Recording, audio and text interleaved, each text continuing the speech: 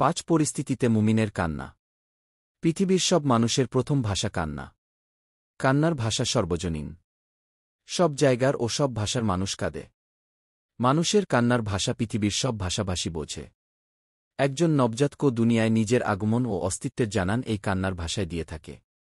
এ সম্পর্কে রাসূলুল্লাহ সাল্লাল্লাহু আলাইহি ওয়াসাল্লাম বলেছেন, প্রত্যেক নবজাতককে জন্মের সময় শয়তান খোঁচা দেয়, ফলে সে শয়তানের খোঁচায় চিৎকার করে।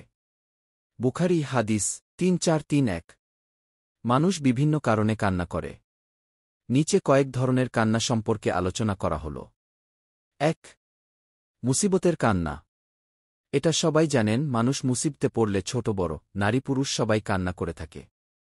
হাদিস শরীফে বর্ণিত হয়েছে, রাসূলুল্লাহ সাল্লাল্লাহু আলাইহি ওয়াসাল্লাম তার শিশুপুত্র ইব্রাহিমের মৃত্যুর সময় কান্নারত অবস্থায় বলেছেন, চোখ দিয়ে অশ্রু ঝরে, হৃদয় ব্যথিত হয়। তবে আমরা তাই বলি যার ওপর আমাদের সব সন্তুষ্টি। আর তোমার বিচ্ছেদে আমরা ব্যথিত। বুখারী হাদিস 1407। 2. বিচ্ছেদের কান্না। আপনজন ও প্রিয়জনের বিচ্ছেদে মানুষ কান্না করে থাকে। ইয়াকুব আলাইহি ওয়াসাল্লাম আপন সন্তান ইউসুফ আলাইহি ওয়াসাল্লাম এর বিচ্ছেদে কান্না করেছেন। কোরআনে বর্ণিত হয়েছে, আর তার চোখ দুটি কাঁপতে কাঁপতে সাদা হয়ে গিয়েছিল এবং তার হৃদয় চূর্ণবিচূর্ণ হয়ে যাচ্ছিল। সূরা ইউসুফ আয়াত 4। 3. তিলাওয়াতের কান্না। এমন অনেক সৌভাগ্যবান ব্যক্তি আছেন যারা কোরআন তিলাওয়াতের সময় কান্না করেন। এ সম্পর্কে রাসূলুল্লাহ সাল্লাল্লাহু আলাইহি ওয়াসাল্লাম বলেছেন, তোমরা কেঁদে কেঁদে কোরআন তিলাওয়াত করো, যদি কান্না না আসে তাহলে কান্নার ভান ধরো। ইবনে মাজাহ হাদিস 1337। ইমাম গাজ্জালী রহমাতুল্লাহ আলাইহি বলেন, সাহাবায়ে কিরামের কোরআন তিলাওয়াতের সময় আশ্চর্যজনক অবস্থা সৃষ্টি হতো। সাহাবীদের ভেতর কেউ তিলাওয়াতের সময় কান্না করতেন, কেউ বা আবার বেহুশ হয়ে যেতেন, আবার কেউ এই বেহুশের মধ্যেই চিরবিদায় হয়ে যেতেন। খুতবাতে জুলফিকার 4179। 4. গুনাহের কথা স্মরণ করে কান্না। যাপিত জীবনে কম বেশি সবাই গুনাহ করে থাকে, তবে গুনাহের কথা স্মরণ করে কান্না করা এক অনন্য গুণ। যে ব্যক্তি আপন গুনাহের কথা স্মরণ করে কান্না করে, আল্লাহ তাআলা তার উপর সন্তুষ্ট হয়ে যান। এ সম্পর্কে রাসূলুল্লাহ সাল্লাল্লাহু আলাইহি ওয়াসাল্লাম বলেছেন, আল্লাহ তাআলার কাছে দুটি ফোঁটা অত্যন্ত প্রিয়। 1.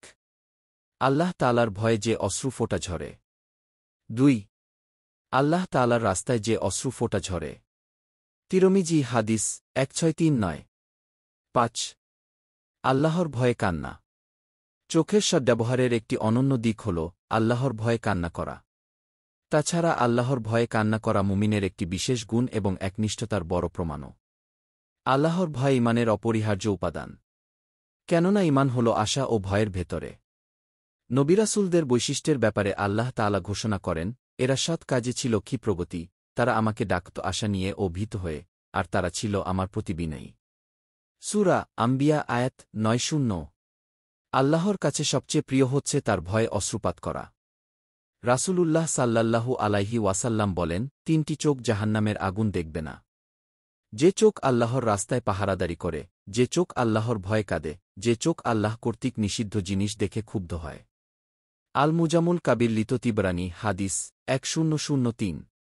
আল্লাহ তাআলা আমাদের তার জন্য কান্না ও অশ্রুপাত করে চিরস্থায়ী জীবনের সফলতা অর্জনের তৌফিক দান করুন। দিন প্রচারের উদ্দেশ্যে ভিডিওটি শেয়ার করুন, পেজটি ফলো ও লাইক দিন এবং চ্যানেলটি সাবস্ক্রাইব করুন ও লাইক দিন। জাযাকাল্লাহ খৈরান।